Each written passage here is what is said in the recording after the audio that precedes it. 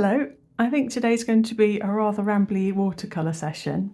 My friend messaged me in the week and she signed herself up for a watercolour class in the new year, and her tutor had given her a list of watercolour paints to get hold of and other equipment, so she was just asking my advice.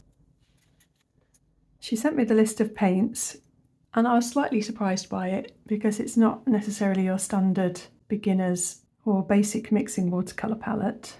But I thought it would be really fun just to swatch out these colours, or the closest that I've got to these colours, and see how they work as a mixing palette.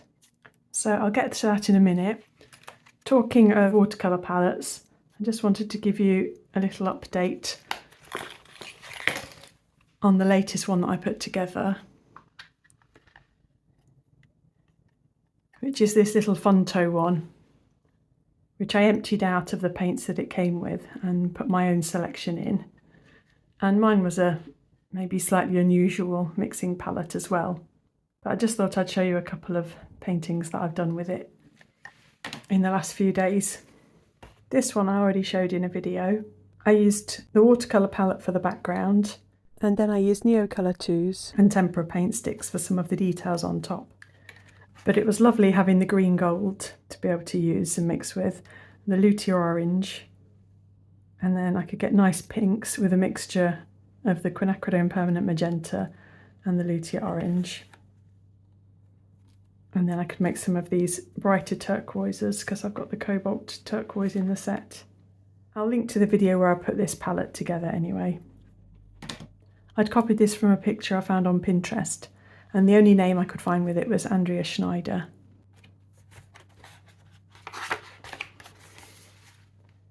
And then again, I used this palette to do an underpainting for this picture. And again, this was one that I found on Pinterest, and I think it was by someone called Margaret Jean. So I did use Neocolor 2s and tempera paint sticks again on top of this one, but there's plenty of the paint coming through. And then this was just a doodle that I was enjoying doing. So it was the orange and quinacridone permanent magenta flowing through to the purple, which I'd mixed myself, and then flowing through to the cobalt blue, the cobalt turquoise, then undersea green, and then that flowed back into the green gold, which is a PY 150. And then earlier this week I was working in Marazion Gallery near St Michael's Mount, and I walk along this stretch of beach to work when I noticed this little group of birds. I think they're sanderlings. I watched them for a bit and they're absolutely delightful, like this little one running along. So later on, when the gallery was quiet, I did a little painting of one. And I used the same palette to do a kind of underpainting again. Oh, and here's my art kit that I brought with me. So it's just a few splodges, but I'm really enjoying the PY 150 and the Lutea orange, plus the purple that I mixed myself. And then I went over the top with some Neocolor 2s, some tempera paint sticks, a Stabilo woody, and some Caran d'Ache luminance pencils.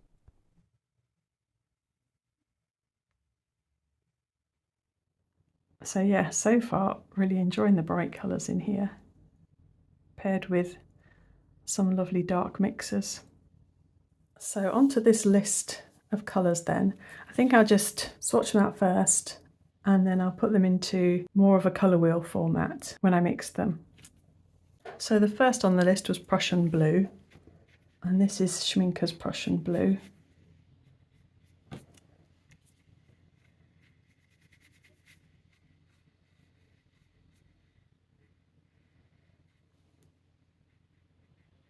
I've just got two Prussian blues, I might as well try them both out. And the other is Sennelier's Prussian blue, which looks a little bit more bluey and re-wets a lot more easily. So I guess in a mixing palette that would be the cool blue. Then next on the list was light red, which I'm assuming means cadmium red light. The only PR 108 that I've got is this QoR Cadmium Red Medium, which is probably a bit cooler than Cadmium Red Light.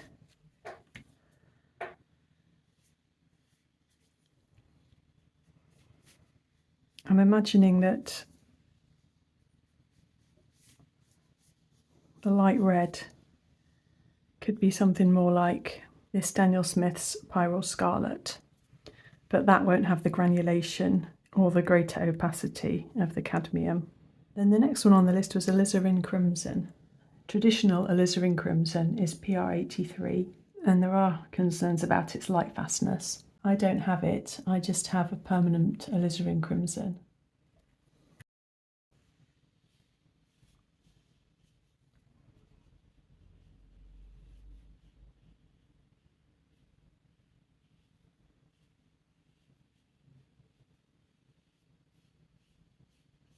And this is QoR's permanent alizarin crimson, and it's PR177. Then next on the list is burnt sienna.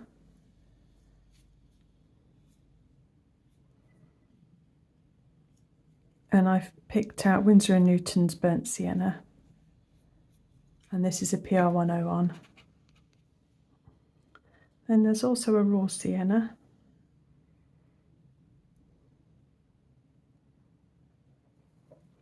And here I've got Sennelier's.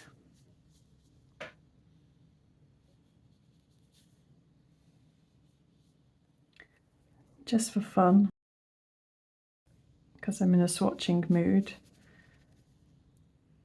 I'll show you my other raw sienna, which is a different pigment. This is QoR's raw sienna, and it's PY43. And actually, while I'm at it, I might as well show you an alternative burnt sienna from QoR, which is PBR7 rather than PR101.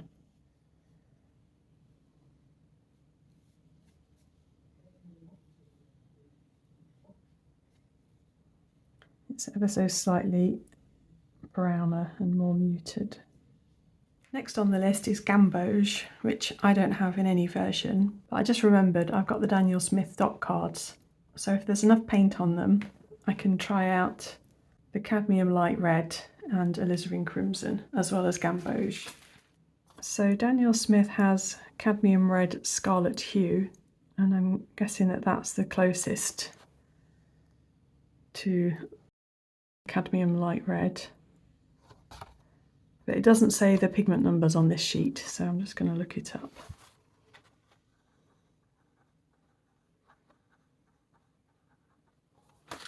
So I'll just swatch it out here.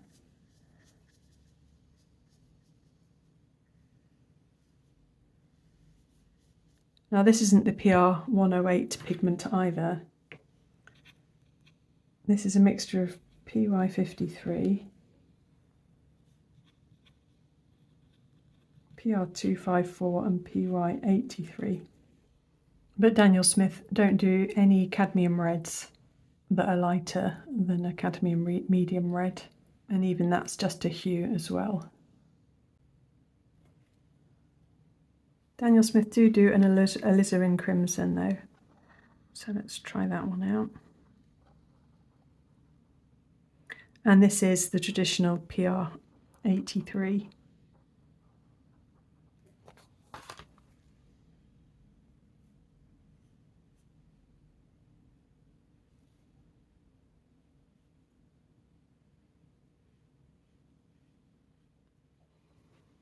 On the website though, it is classed as fugitive in terms of light fastness. And then we can also try out the new gamboge. I don't know much about this pigment, or if there's a traditional gamboge as opposed to the new gamboge. Oops, it's a bit squashed in.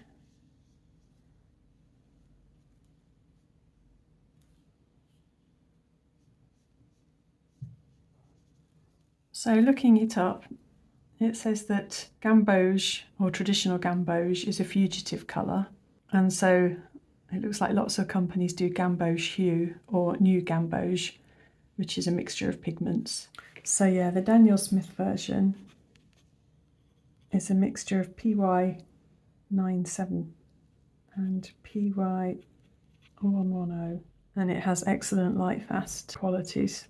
So for my mixing purposes later on, I'm going to look for the closest thing that I've got to this and just take a look at,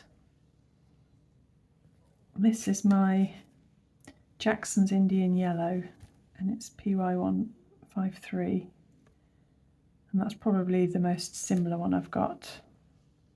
So that gives us a really nice warm yellow for the mixing. And then we've got a titanium white.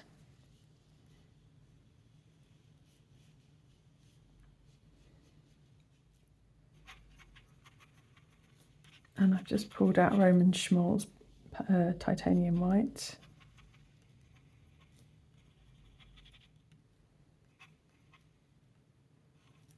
I don't know if the tutor wants to be able to make pastel-y colours or if this is going to be used more like gouache for highlights on top of the watercolour afterwards. And then the last two colours are Sap Green and Viridian. I'm not really a big Sap Green fan, so I've only got one. And this is QoR's Sap Green.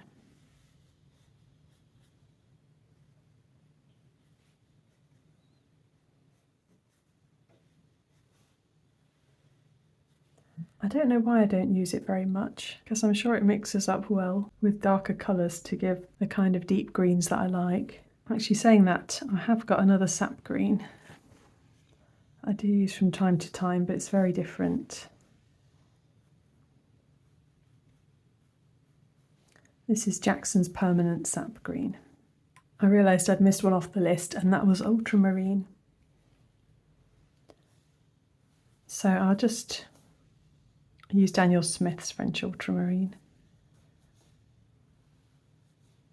just because it has a nice mid-granulation pattern. And finally on the list is Viridian.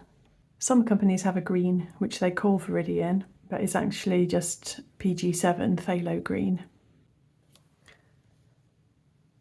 But the one actual Viridian I've got, which is PG18, is QoR's version. And then I'll just show you this one as well. This is A. Gallo's Viridian Hue, and it's a mixture of PG7 and PB29.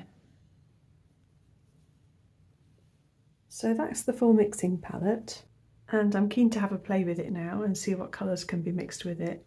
It feels like a very warm palette, I guess because there's no cool yellow in it and no darker colours, but let's see what we can mix.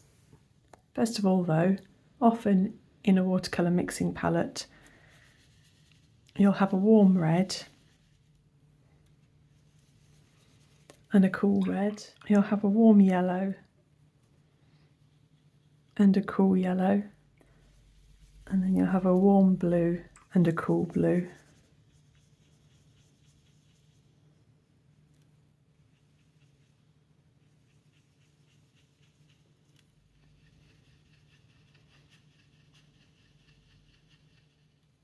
And then obviously you get all the secondary colours.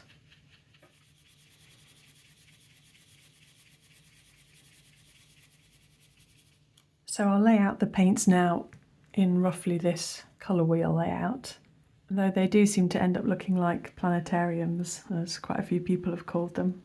So I think I'm going to use the Daniel Smith Pyrrole Scarlet for the light red.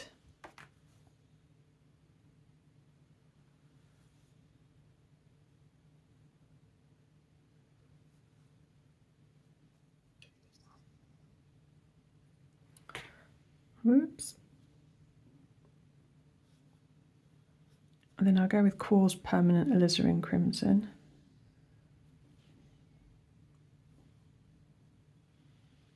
Then in the yellow spot,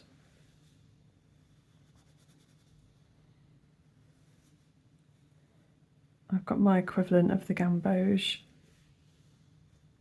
which is Jackson's Indian Yellow. And then for the warm blue, we've got Daniel Smith's French Ultramarine. And then I'll go with Sennelier's Prussian Blue, and this can be our cooler blue. So those are the primaries that we've got in the suggested set. And then I'll fill in some of the other colours around the colour wheel. So we've got the raw sienna. I put the browns nearer to the centre because browns have got some element of yellow, red and blue in them.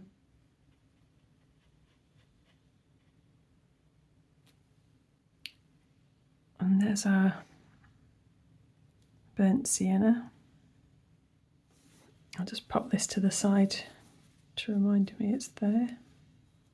Then in between the yellow and the blue, we've got sap green. And this is the QoR's one. And then finally, I'll put it nearer the blue, we've got the Viridian. Okay, so that's pretty close to the mixing palette that my friend will have for her course.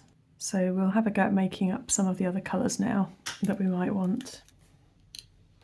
So we're going to be able to make some lovely bright oranges with these colours.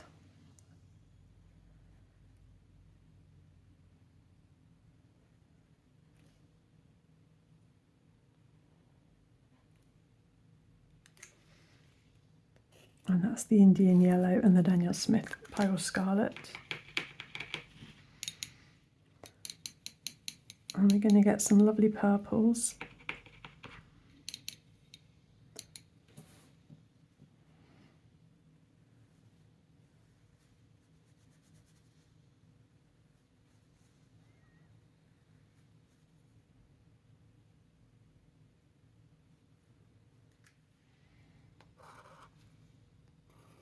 And another standard mix to get a nice grey or neutral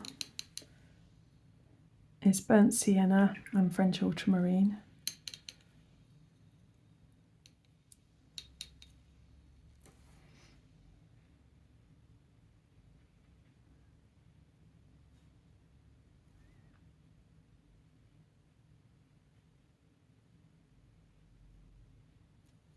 So that's quite on the blue side. I'll just make it a bit more into a dark brown.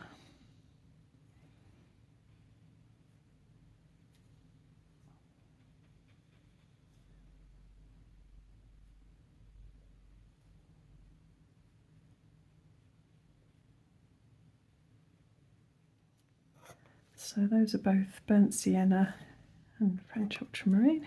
And then just out of curiosity, let's see what we get with the Indian Yellow and the Prussian Blue.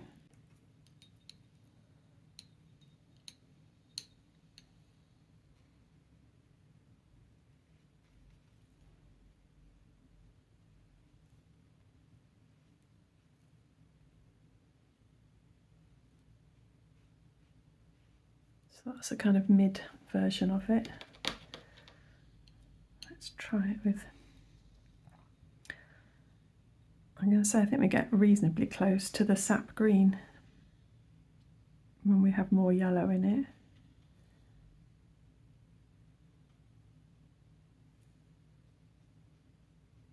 And then let's see what it's like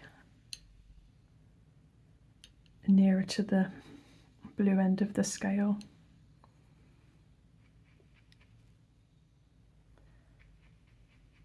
Kind of a very rich foresty green.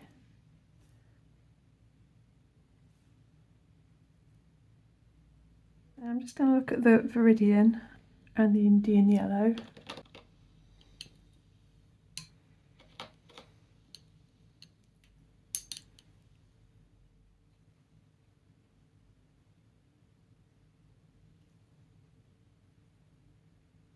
It's quite a nice grassy green. And then I want to see if I can get the kind of greens that I like using, which are quite dark olive greens. So I'm just going to try mixing the sap green and the Prussian blue.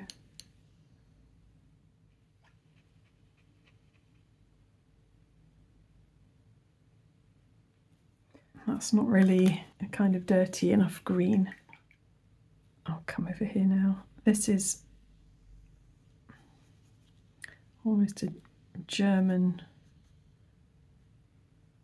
green, what's it called? German raw green umber, something like that.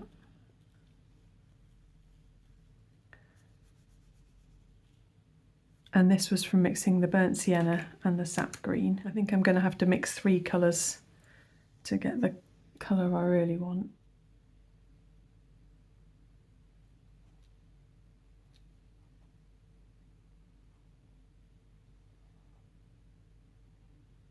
That's a bit more like it.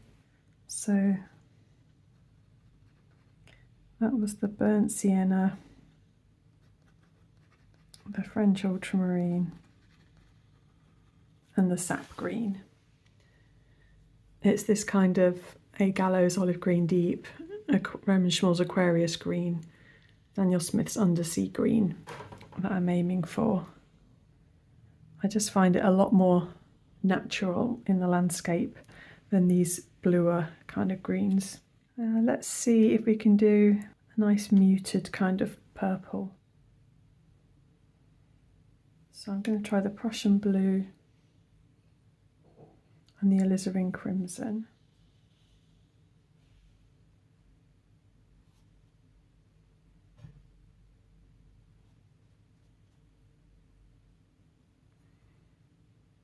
That's quite a nice, I'm just looking for like a dark purpley shadow colour that I've been enjoying lately.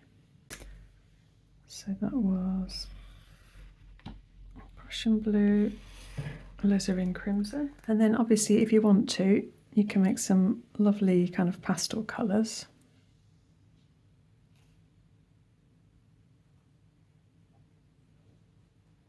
That's the alizarin crimson and titanium white. Now these are going to be pretty opaque colours. And I'm just wondering what I would use for my sky colour here. I've got the ultramarine. I've just mixed it with the tiniest bit of Viridian. I mean, you've always got the option of adding a little bit of white to the ultramarine.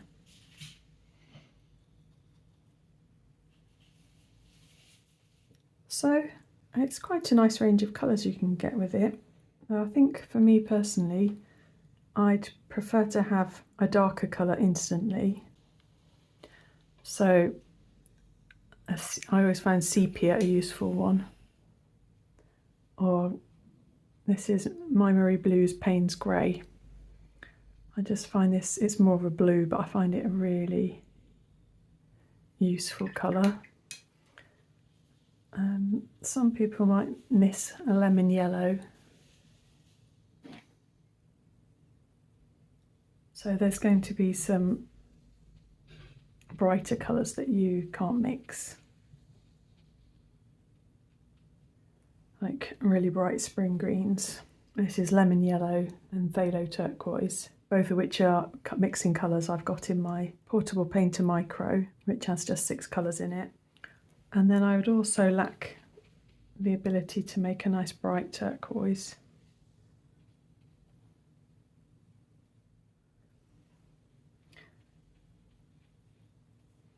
That's cobalt turquoise. And I also really like the ability to make an instant sky blue without having to mix one.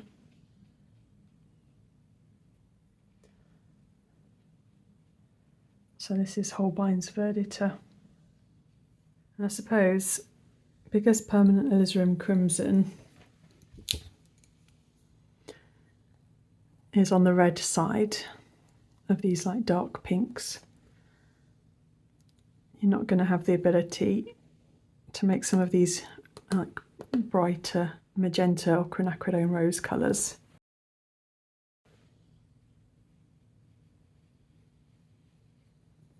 So that's quinacridone magenta from Mijello Mission Gold, the PR122. Well, I guess that satisfied my curiosity a little bit about that palette. And obviously there's lots of mixtures that I haven't made with it. But on the whole, it's more of a muted, warm palette. I just thought one colour mix I didn't try out is the French ultramarine and the Viridian. I just want to see how bright a turquoise I can mix with them.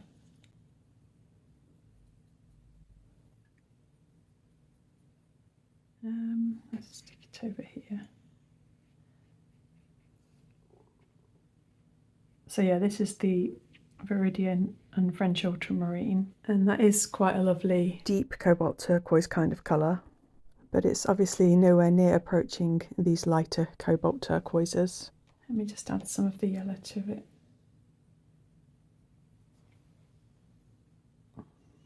So that's this colour with the Jackson's Indian yellow in it.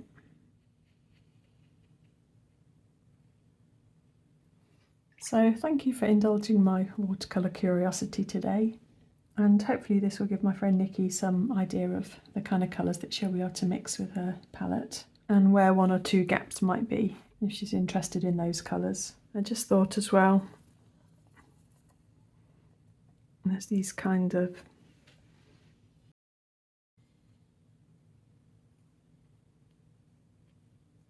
acidic-y PY150 colours. As I say, I'm really enjoying this green gold being my yellow, and my only yellow in this set. I'm interested to hear what your indispensable colours are from a palette. I mean, I change my palettes up quite a bit and often have some weird and wonderful variations in them. But I'm curious if there are certain colours which you just absolutely wouldn't be without in your palettes, and your thoughts on this particular palette. Thanks ever so much for watching anyway. Bye!